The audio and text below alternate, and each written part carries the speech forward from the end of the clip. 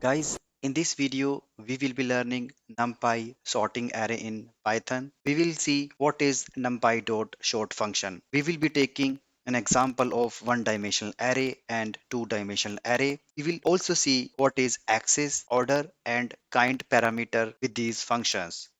I'm using editor PyCharm and Python version 3.12 is installed on my computer. Before getting started with anything, you have to install NumPy library on your computer. If you have not yet installed it, you have to type in one command on your command prompt, or you have to open the terminal of your PyCharm editor. From here, you have to type in one command, that is pip install NumPy. After installing NumPy library on your computer, you can start using this library. So let's get started with the tutorial. What is sorting? Sorting means putting element in an ordered sequence, right? Ordered sequence is any sequence that has an order corresponding to element like numeric or alphabetical, ascending or descending. We have to create a array quickly. So we will be using np.sort function, that is direct function of NumPy library, and here what it is expecting, it is expecting a array, right? Array 2. Let me show you the documentation. It is expecting iterable that we are going to pass. We have access, we have kind, we have order, right? Print the array, so you will get to know it would be a ndarray, okay? And it has sorted your array. You can see this array 2, it has sorted 6 12 5 6, right? Because your access is by default provided as -1, right? If you put your access -1, your output would still same, 6 12 5 6, right? If you make it 0, then it will take 6 12 as a column, 5 6, right? 5 6 6 12, right? If you make it 1, it will take 6 5, okay? It will take 6 12 and 5 6, okay?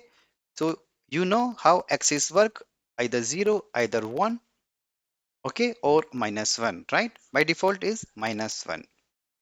We have one more value with axis. If you provide the value as none, so it will flatten your multi-dimensional array into one-dimensional array. If you run the program, so you will see all your element into the one-dimensional array, and order has been applied on this array, right? Because it is returning a different array, okay?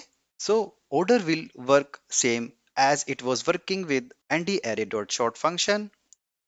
So I have copied the previous code, which was array 3, and the order was this, okay?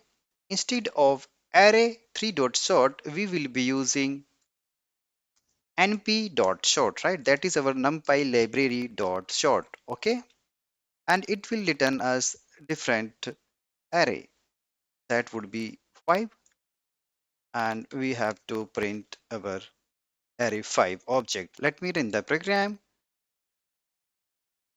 We miss the array which we have to pass on here in sort function.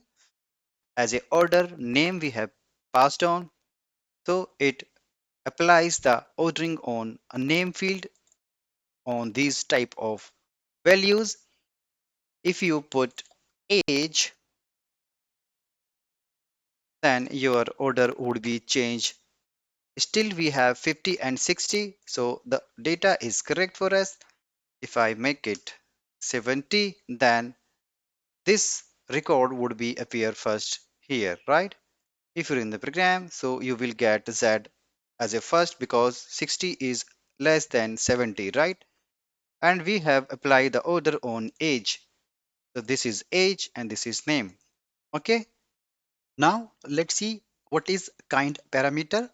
You have to pass on the algorithm name which we'll be using in the backend: quick sort, merge sort, heap sort, or stable. Either of the value you can provide in kind quick sort. This will take quick sort algorithm in the backend to sort this numpy array, right? it will not take any impact here in the output because the default value for numpy.sort method is quick sort. Okay, you will not feel any difference here, but it depends. If you are sorting a large set of data, then it will impact in the backend, right? The documentation of sort functions. So you will see this kind parameter has quick sort, merge sort, heap sort, stable, right? This is optional parameter. By default, quick sort is there. Okay. The actual implementation will vary with the data type, right? Okay. Here, if you want to specify merge sort, then it will work same as previous algorithm name, right? There is no impact. Okay. But these algorithms are getting used in the backend while sorting your NumPy array.